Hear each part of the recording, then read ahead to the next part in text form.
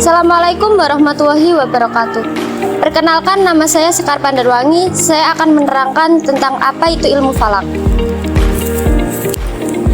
Ilmu falak adalah ilmu yang mempelajari pergerakan benda-benda langit seperti matahari, bulan, dan bintang, serta pengaruhnya terhadap kehidupan di bumi.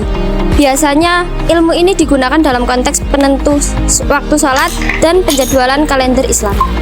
Perkenalkan, nama saya Putri Diana Syifa. Saya akan menjelaskan tentang sejarah falak.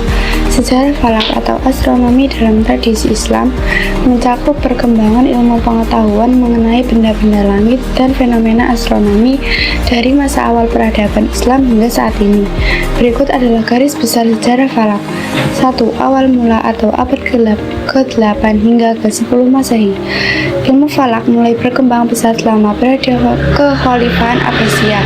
Para ilmuwan seperti Al-Khawarizmi dan Al-Battani memainkan peran penting dalam memajukan ilmu ini.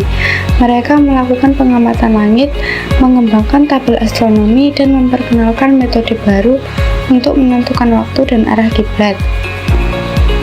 2. Pengembangan alat astronomi atau abad ke-9 hingga ke-11 Masehi. Alat-alat seperti astrolabe, sextan, dan alat pengukur sudut lainnya dikembangkan dan digunakan untuk pengamatan astronomi.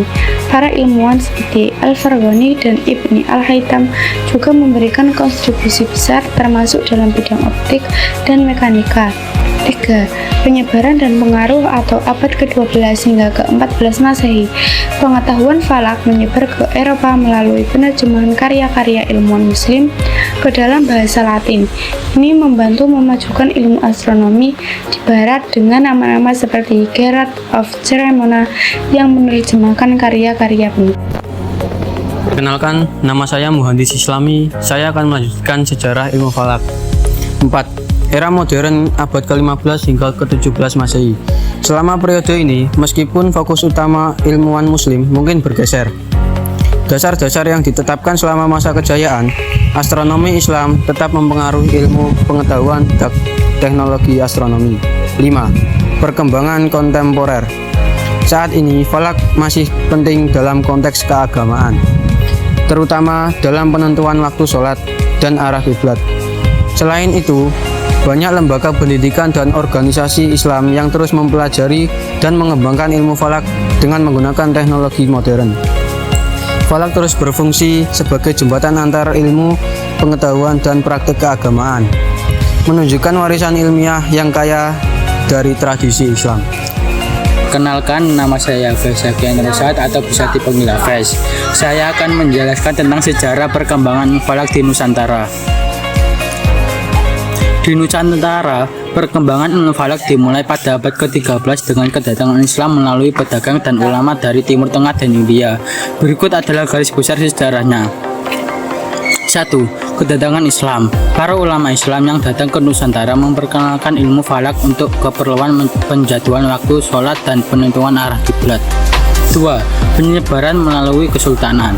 Kesultanan seperti Kesultanan Makalah dan Kesultanan Demak menjadi pusat pengembangan ilmu falak. Mereka mendirikan observatorium dan pusat pembelajaran untuk mempelajari dan mengajarkan ilmu falak. 3. Peninggalan manuskrip. Sejumlah manuskrip dan karya ilmiah berbahasa Arab dan Melayu muncul, mengintegrasikan pengetahuan falak dan kebutuhan lokal. Contoh notable termasuk kitab Al-Tajri dan karya-karya lain yang ditulis oleh ulama lokal. 4. Pengaruh kolonial. Selama masa kolonial, perkembangan ilmu falak berhenti karena fokus pada pendidikan barat. Meski pengetahuan ini tetap dipelajari oleh komunitas muslim untuk tujuan praktis. 5. Modernisasi. Di era modern, pengajaran dan penelitian ilmu falak kembali berkembang di lembaga pendidikan Islam di Indonesia dengan integrasi teknologi dan metode kontemporer. Ilmu falak di Nusantara tetap memiliki relevansi penting dalam konteks praktis dan religius, khususnya dalam penentuan waktu ibadah dan kalender Islam. Perkenalkan, nama saya Muhammad Saman Afarisi. Saya di sini akan menjelaskan tentang ulama-ulama yang ilmu falak yang ada di Nusantara. Di Nusantara, ada beberapa ulama yang dikenal berkontribusi pada pengembangan ilmu falak. Berikut adalah beberapa di antaranya. 1. Syekh Siti Jenar, seorang tokoh ulama dan mistikus dari Jawa yang dikenal memiliki pengetahuan luas, termasuk dalam ilmu falak, meskipun lebih dikenal dalam konteks spiritual. 2. Syekh Ahmad Khotib Al-Minangkabawi, seorang ulama dari Minangkabau, Sumatera, yang menulis tentang berbagai disiplin ilmu Islam, termasuk ilmu falak. Karyanya Al-Fatawa Al-Khatib menyentuh aspek-aspek teknis dalam ilmu falak. 3. Hamzah Fansuri, seorang ulama dan pujangga dari Aceh yang berperan dalam penyebaran ilmu Islam, termasuk ilmu falak. Karyanya mengintegrasikan ilmu falak dengan aspek-aspek lainnya dari ajaran Islam. 4.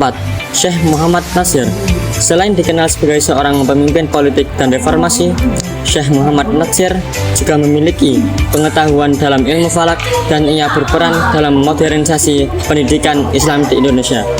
Para ulama ini bersama dengan lainnya yang kurang dikenal secara luas berperan penting dalam penyebaran dan pengembangan ilmu falak di Nusantara, beradaptasi dengan kebutuhan lokal dan konteks budaya.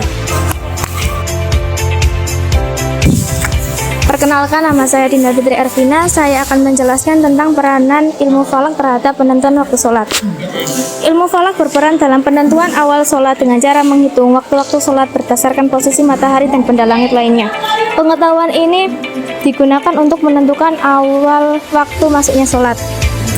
Seperti 1. Sholat subuh dimulai ketika fajar menyingsing dan dapat dihitung dengan memantau perubahan cahaya matahari sebelum terbit. 2. Sholat duhur dimulai ketika matahari tergelincir dari puncaknya di langit yang ditentukan dengan mengamati posisi matahari pada siang hari. 3. Sholat asar dimulai ketika bayangan benda mencapai panjang tertentu dibandingkan dengan panjang benda itu sendiri, yang tergantung pada posisi matahari. 4. Sholat maghrib dimulai segera setelah matahari terbenam yang dapat dihitung dengan melihat posisi matahari saat terbenam. 5. Sholat isya dimulai ketika malam sepenuhnya gelap yang diukur dari kegelapan langit setelah matahari terbenam. Ilmu falak memungkinkan perhitungan yang akurat dan menentukan waktu sholat yang tepat berdasarkan posisi dan pergerakan matahari. Sekian dari kami kelompok 1. Saya Putri Dinda Syifa. Saya Dinda Fitri Ervina. Saya Sekat Banjarwangi. Saya Muhammad Saman Afarisi. Saya Faisal Rusyad. Saya Muhammad Islami. Wassalamualaikum warahmatullahi wabarakatuh.